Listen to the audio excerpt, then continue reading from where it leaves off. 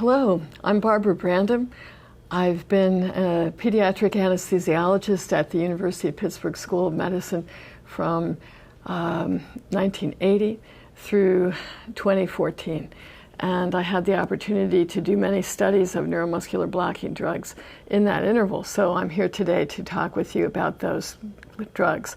I would much rather call them blockers of neuromuscular transmission than paralytics, because if you say paralyzed in front of the family, you've lost all your credibility, or you've certainly made them very upset, and they're not going to be happy no matter what you say later, because they feel you've really produced a permanent injury in their family member, not something that's going to be transient when the drug wears off.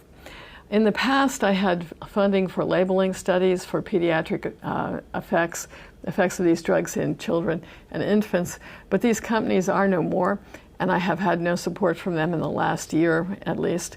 Currently, I have funding from Malignant Hyperthermia Association of the United States for running the North American MH registry, and we do have some donations to that from Eagle Pharmaceutical, but they are not going to be mentioned ever again in this lecture. We're talking about drugs that have several effects on neuromuscular transmission. The primary effect we think about is blockage of acetylcholine receptors down here in the cleft, or actually the receptors are up here on the shoulder of the cleft, but there are also prejunctional effects. That's on the release from the nerve terminal of acetylcholine that diffuses across here and stimulates the acetylcholine receptor, and then the ions flow. I keep going backwards. So the non-depolarizing neuromuscular blockers will block acetylcholine effects at the 2 alpha receptors of the acetylcholine receptor. So if this red X is a molecule of a non-depolarizing neuromuscular blocker, just one of those interacting with one of the reception sites for the acetylcholine receptor on the alpha subunit here will block the channel from opening. Or there could be 2 molecules interacting. So higher concentrations, it's much less likely the channel will open. The channel opens transiently. It's not like the molecule sticks there. It's always moving on and off. So the concentration of molecules in the neuromuscular junction is very important. When enough channels open, then enough ions flow, membrane depolarizes, and the muscle contracts. If the channel is open from 2 acetylcholine molecules interacting, one with each alpha receptor of the unit, then you can also get what's called open channel block, meaning that the neuromuscular blocker diffuses into the channel and prevents the flow of ions. So that's another form of neuromuscular block that can occur if they're very high concentrations. Now, muscles are different. Diaphragm is most resistant to neuromuscular blockers, so if you see some movement of the diaphragm, the rest of the body could be very deeply blocked still. The adductor pollicis, that's the thumb, moving the thumb, and the masseter muscle are less sensitive than the diaphragm. More sensitive than the diaphragm. And the pharyngeal muscles are also more sensitive than the masseter and the adductor pollicis. We usually measure the adductor pollicis just because it's convenient. You can easily put electrodes over the ulnar nerve and see the thumb move, or measure the depolarization of the adductor pollicis or the force of thumb movement. And that's been the standard just because it's convenient most of the time. This is 1 times the ED95 drug at the adductor pollicis, a non-depolarizing neuromuscular blocker. So here the maximum effect at the yellow line is 95% depression. You can see the same time course on the larynx. However, the larynx is slightly less blocked. Succinylcholine is the only drug that has more effect on the larynx than it does on the adductor pollicis, and the other non-depolarizing neuromuscular blockers vary slightly. We usually compensate for that by giving more than 1 times the ED95 at the adductor pollicis when we're intubating. So the mechanism of action of succinylcholine is different from that of the non-depolarizers. Succinylcholine stimulates the acetylcholine receptors, and there's a slower clearance of succinylcholine than there is of acetylcholine. So the succinylcholine stays there in the neuromuscular junction until the plasma concentration falls. and then it diffuses out. And as long as succinylcholine's there, it can block the it can stimulate the acetylcholine receptors, also desensitize them, and there's an activation of the perijunctional sodium channels. They don't get back to their normal state until the succinylcholine is removed.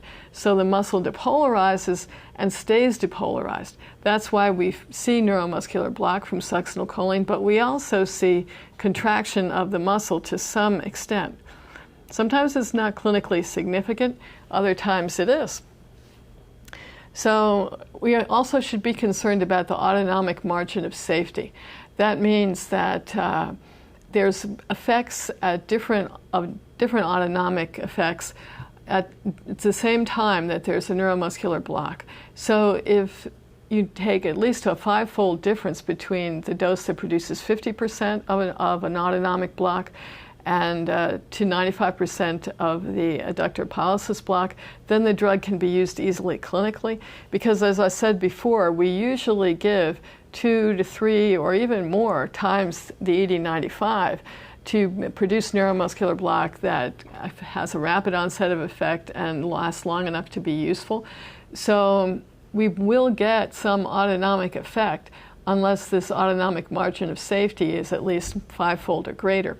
So with succinylcholine, when we often give 3 to 4 times the ED95 at the thumb, we do get some cardiac effects sometimes.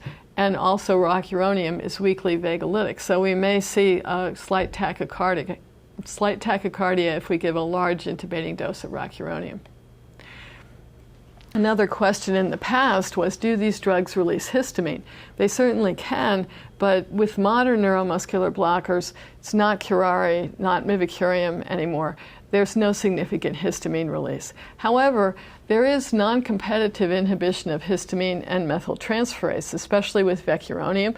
So if you give vecuronium or rocuronium and there's a tourniquet on that side or a blood pressure cuff on that arm, so you had at least transiently a high concentration of neuromuscular blocker in that arm, and then you give a morphine through the IV in that arm, you might see a very large wheal. It's not a serious reaction, it will pass with time, and it's a drug reaction, it's not really the patient. Succinylcholine can also release histamine. It doesn't prevent us from using succinylcholine though. What cardiovascular problems do we have? These different dysrhythmias, but in particularly hyperkalemia. It seems difficult to predict when hyperkalemia is going to occur with succinylcholine. If you knew that the young child had an occult muscular dystrophy that would become apparent a number of years later, you wouldn't give the child succinylcholine. But many children in that condition have received succinylcholine, had cardiac arrest, and usually are resuscitated, but sometimes with great difficulty. So if the patient has elevated creatine kinase, then don't give them succinylcholine. But if they've been in bed for a few days, if they had a neurologic injury, if they had a serious muscular injury, extrajunctional receptors begin to form outside the neuromuscular junction. It's as if the muscle is trying to get all the signal that it can, and the normal neuromuscular junction is disrupted, neuromuscular transmission has been disrupted, whether it's from sedatives or from neuromuscular blockers given over several days. Those two can be, administration of those drugs can be followed by the development of extrajunctional acetylcholine receptors. And it happens relatively quickly. However, it's not clinically important until 2 to 3 days after the insult or the drug administration started. This upregulation of extrajunctional acetylcholine receptors can last until wounds are healed and mobility is regained. So that's really the question. How long is the patient at risk? There's another kind of extrajunctional acetylcholine receptor also, the alpha-7. 5 alpha-7 subunits come together. So these two kinds of receptors both respond to succinylcholine and its metabolite choline, and the receptor opens and potassium is released. More with the alpha-7 acetylcholine receptor than the other extrajunctional receptor, in which only one subunit is different from the normal one. This is why potassium gets very high. Here's an example. This previously healthy 18-year-old fell to the problem that many pediatric patients have, trauma. 37 days after he had an injury, he came for general anesthesia for a VP shunt. He got 120 milligrams of succinylcholine with no problem. And 15 days later, they said, well, okay, we'll give him the same drug. We see there was no problem 15 days ago, but he got VTAC. Okay, resuscitation proceeded efficiently, and after that was accomplished, they checked his potassium, and it's only 3.5. Of course, this case is going to be presented for discussion. So at the discussion, the colleagues of these anesthesiologists said, you must have mismanaged the airway. Clearly, the patient didn't have hyperkalemia.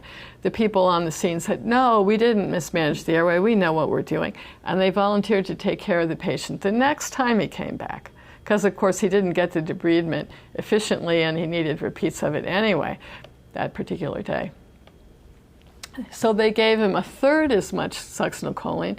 After 1 milligram of pancuronium and induction of general anesthesia, he got 40 milligrams of succinylcholine, and they took from the arterial catheter every minute a specimen to measure potassium.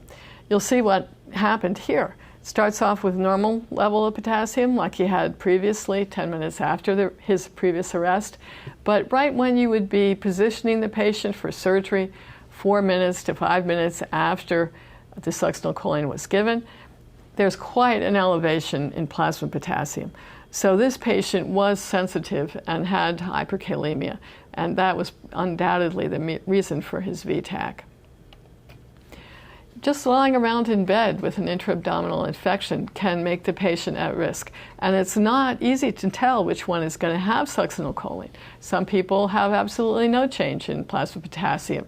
Others had a remarkable elevation, maybe not enough to produce VTAC, but still, if they had gotten much larger doses or had something that inhibited the metabolism of succinylcholine, perhaps they would have had much more potassium release. What other side effects are there of succinylcholine? Other side effects of succinylcholine are related to that muscle contraction, which occurs usually subclinically, but if we look for it, we can see that there could be an increased intraocular pressure for 1 to 6 minutes after succinylcholine is given. There's a variable increase in intragastric pressure, probably related to the abdominal muscle tone that that patient would have resting. There might be an increase in intracranial pressure. That's probably also related to how much neurotransmission there is from the spinal cord to the brain. And myalgias, due to this muscle contraction, the fasciculations that are seen as succinylcholine is producing neuromuscular block rip the muscle apart. So creatine kinase goes up in everybody after succinylcholine, and it's very hard to say what's an abnormal level. And then the jaw may close. Is this abnormal? The masseter is a very strong muscle. After all, we're alive because we exercise it every day, especially when we were babies. So it's very strong, more than we would expect. What indications are there for neuromuscular block? We might give a neuromuscular blocker to reduce anesthetic dose requirements. Maybe we were trying to facilitate airway management and the patient just keeps reacting and we've given all our propofol. So we give a neuromuscular blocker. We want to facilitate positive pressure ventilation. Perhaps we've induced laryngospasm with our efforts to facilitate airway management, and we want rapid onset of neuromuscular block to allow us to ventilate the patient again. And sometimes we're trying to facilitate surgery. Sometimes the surgeons ask for more neuromuscular block, but be careful about responding to what they ask for. Here's 1 times ED95. I'm sorry, I couldn't change this typographical error. It's ATRA, just like cis atracurium, atracurium. We want to have rapid onset, so the lines over here to the left are our favored drugs. Succinylcholine, rapicuronium, which is no longer available because its autonomic margin of safety in vivo was not acceptable. People died from bronchospasm with rapicuronium. Rocuronium has almost as rapid an onset with 1 times ED95, therefore we usually give larger doses. And atracurium and mivacurium are slower. Cisatracurium is the slowest. Therefore, with cisatracurium, one might even give 4 or 5 times the ED95 to push this line to the right, the blue line, to the left, so that you get more rapid onset. Then block would last probably 45 to 75 minutes with cisatracurium. If we give multiples of rocuronium, the rocuronium is going to last much longer. You can see it's not even beginning to decay here. It still has a quite profound neuromuscular blocking effect. And because rocuronium is excreted through the liver and the kidneys, we have to wait for that to happen. It doesn't break down in the plasma, so the half-life or the duration of effect of the drug is not easily predicted at the higher doses. Here's the picture of mouth opening versus time after the dose of succinylcholine given to facilitate tracheal intubation in children during inhalation anesthesia. The mouth actually closes, not a remarkable degree in everybody. Probably we could force it open, but giving succinylcholine does not necessarily make intubation easier. And if it happens to be this patient, you might not even easily get the laryngoscope in the mouth. So the things that make this worse are increased temperature and increased plasma catecholamines, just the things that might be present in the emergency patient. Giving anesthesia is a challenging job. I'm going to go this way. Here's a patient who was thought to perhaps have some risk factors. He had a history of sleep apnea, and he was having a tonsillectomy. So the anesthesiologist decided to give him a reasonable dose, 1 milligram per kilo of succinylcholine. That's probably about 3 times the ED95. And 65 minutes later, there was no response to neuromuscular stimulation at the ulnar nerve, and not even any post-tetanic counts. So no train of 4, you give tetanus, then 10 to 20 single twitches, 1 every second. That's post-tetanic stimulation, and usually you've increased acetylcholine release by the tetanus, so you could uncover some post-tetanic counts, but this patient had none. So he started with a depolarizing neuromuscular block, and here you can see that it's changed into a phase 2 neuromuscular block with succinylcholine. The 4th twitch is less than 40% of the first twitch. This is electromyography. These are the 4 electrical responses to stimulation of the ulnar nerve, the responses of the adductor pollicis, and these little bars are the area under the curves. So the first one is greater, the 4th one is lesser, and this is now an hour and a half after the drug was given. So slowly the block began to wear off. What should we do about this? Don't wake the patient up, because they won't wake up and try to move, and that increase in catecholamines may make them look stronger. There may be transient increases in acetylcholine release, but the upper airway is at risk. Here was the beginning. We saw a little earlier the 4th response is weak. Gradually it increases. When the 4th response is less than 40% of the first response, about this time, we can feel fade. Here, we can't feel fade. All 4 responses feel the same, but up to this point, the patient's airway can be at risk. That means their pharyngeal muscles are not strong enough to prevent aspiration. So we kept this patient asleep with propofol. When do we expect to have prolongation of action of a neuromuscular blocker? If the initial dose is too large, if the surgery is shorter than we had anticipated, if there's delayed clearance or potentiation of neuromuscular block by disease or other drugs. The factor in this patient was most likely to be delayed clearance due to metabolism. There could be pseudocholinesterase deficiency due to disease, none of which this patient had. Medications, none of which this patient was exposed to. Neuromuscular blockers, particularly pancuronium, anticholinesterases, particularly neostigmine. So if you give succinylcholine after you've reversed a non-depolarizing block with neostigmine because of an emergency airway issue, you better just reintubate and wait. And you could have inherited abnormalities. The most frequent ones are the atypical type of plasmacholinesterase, which can be recognized by the resistance that is shown to inhibition by dibocaine. There's abnormal binding of dibocaine to that protein. There's a fluoride type, which is resistant to inhibition by fluoride, and a silent type in which no functional protein is made. So in the British population, related to us, 96% of the people have normal cholinesterase, 100% of baseline activity, although the baseline activity of plasma cholinesterase, the normal range is pretty large. But if you expose that fluid to dibocaine, the enzyme is inhibited to only 20%, so it's 80% inhibited from its baseline activity, which we call 100% here. And if you expose it to fluoride, which many labs will not do, it's 61% inhibited. Why should we bother to expose to fluoride? Because we could differentiate between the fluoride type gene and the atypical or silent type gene. The most common is atypical, so 1 in 2,000 people will have a great reduction in plasma cholinesterase activity and a failure of inhibition by dibocaine and by fluoride. So there's some point to measuring the dibocaine at least.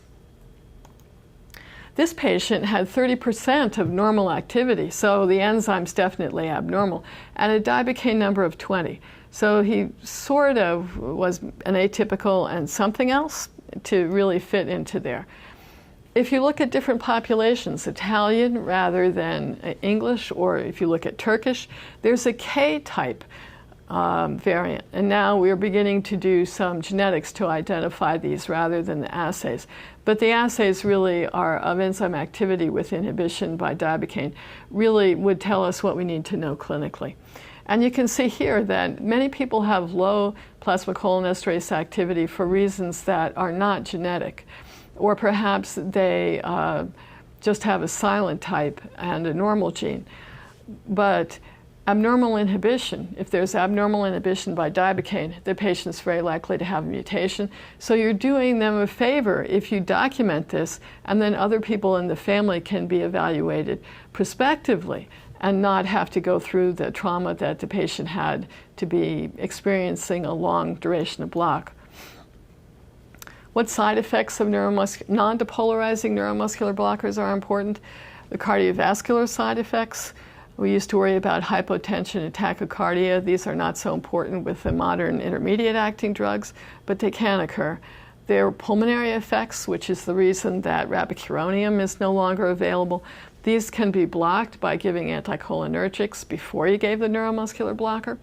And there can be muscular atrophy from immobility, which we already talked about. You can get the increase of extrajunctional receptors and then also resistance to the non-depolarizing neuromuscular blocker drug.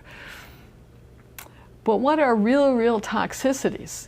Anaphylaxis, rocuronium and succinylcholine are the most common drugs after which anaphylaxis is noted. Only antibiotics are more likely to be followed by anaphylaxis than these two. Thank goodness it's still relatively rare, but you have to be prepared to treat it, and you may have caused it by giving one of these two drugs. Hyperkalemia, to the point that cardiac arrest would occur, that only happens after succinylcholine administration. Malignant hyperthermia is only potentiated by succinylcholine, and then you could get significant vascular irritation from rocuronium also.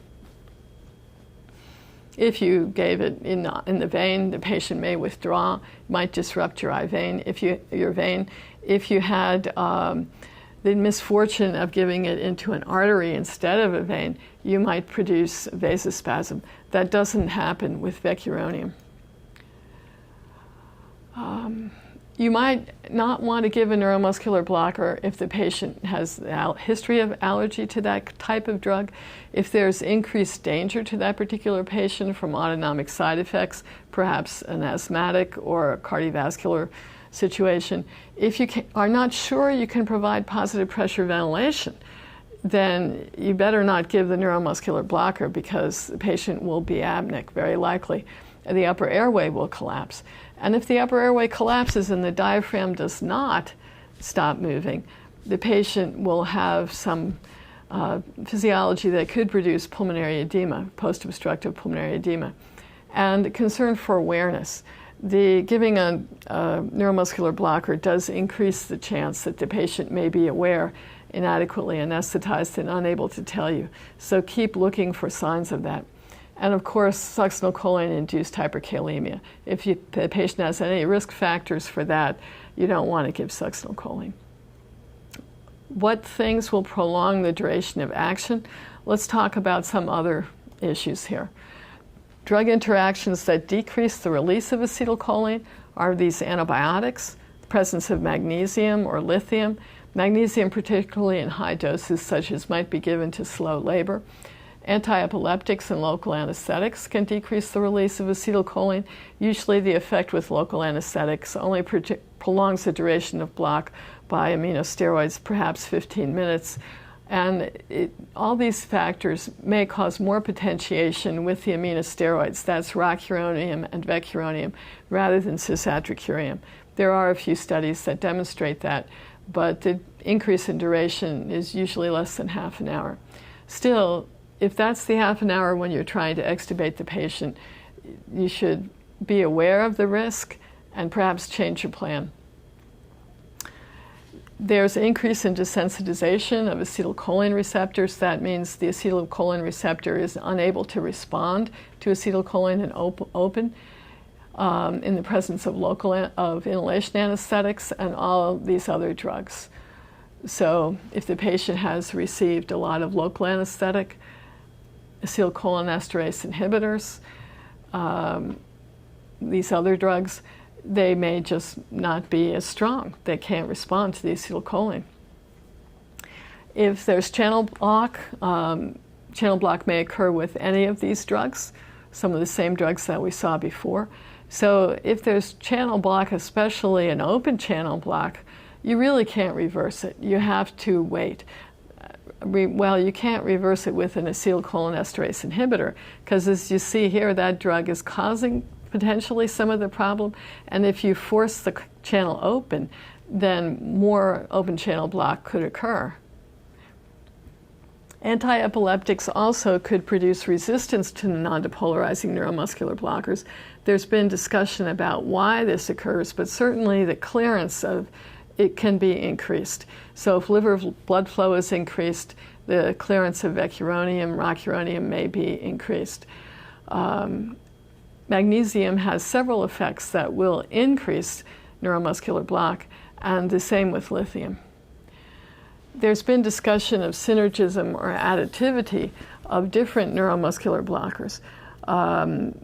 Early on, curare and pancuronium were given in less than 1 times the ED95 dose to produce more than 1 times the ED95 effect and avoid the cardiovascular side effects of those drugs.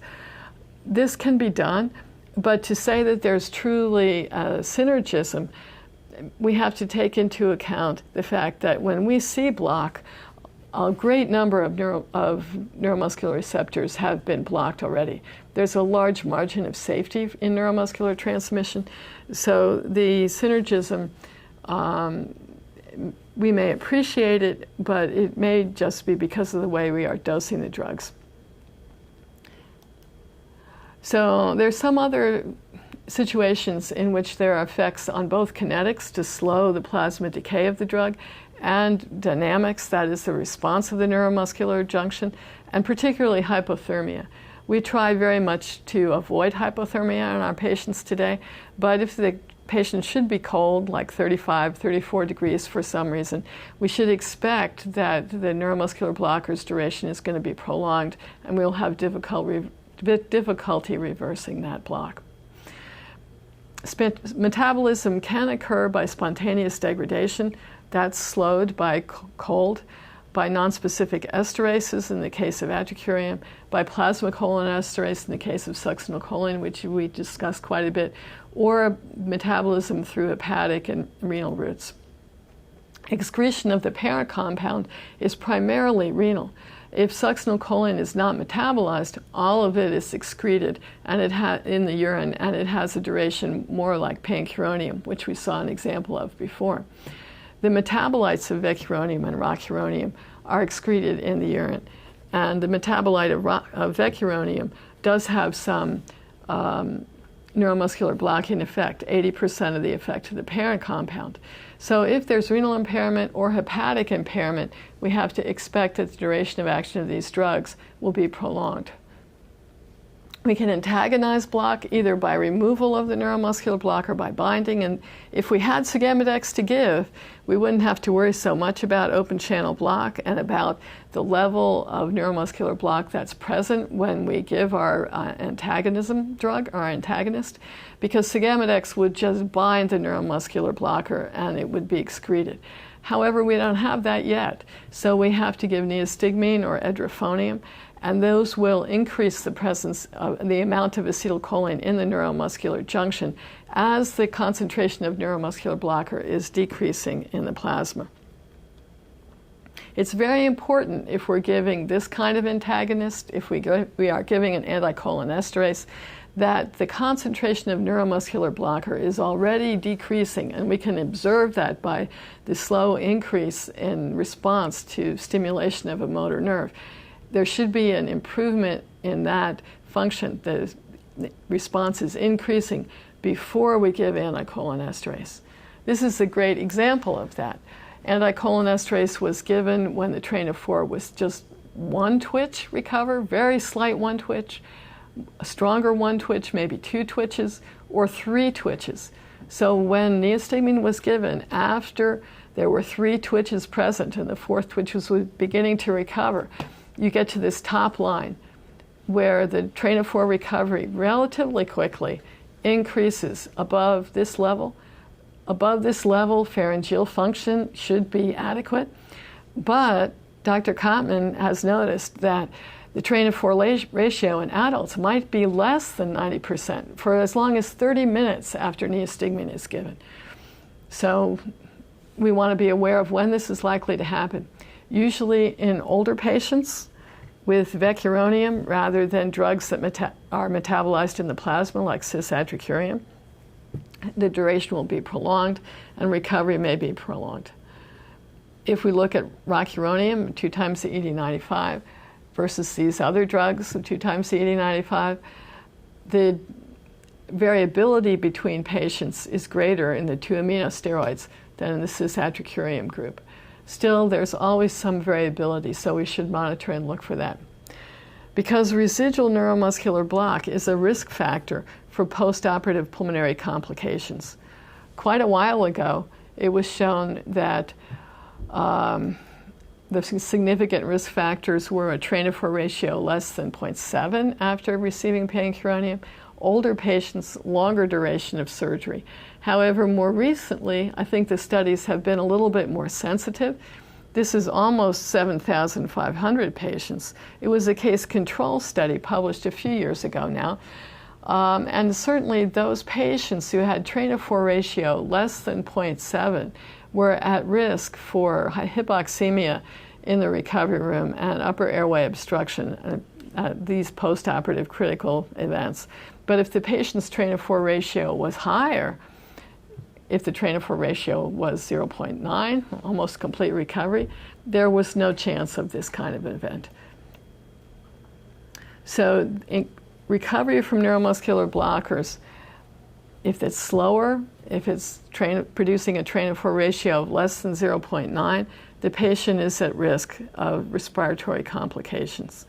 Probably because upper airway dysfunction is present. The upper esophageal sphincter resting tone is decreased significantly from baseline when the train of 4 ratio is less than 0.9. And recently, just in 2015, a study of many more patients in a hospital registry showed that post-op respiratory complications were dose-dependent in terms of neuromuscular block. So we should try to give as little neuromuscular blocker as possible and reverse with 60 mics per kilo of neostigmine or less, because those patients who received more than 60 mics per kilo of neostigmine also had increased risk of post-op respiratory complications. So I think we need to monitor our patients, and then we can minimize their chances of having complications from neuromuscular blockers. We need to be aware of all the factors that potentiate neuromuscular blockers to use them safely. Thank you.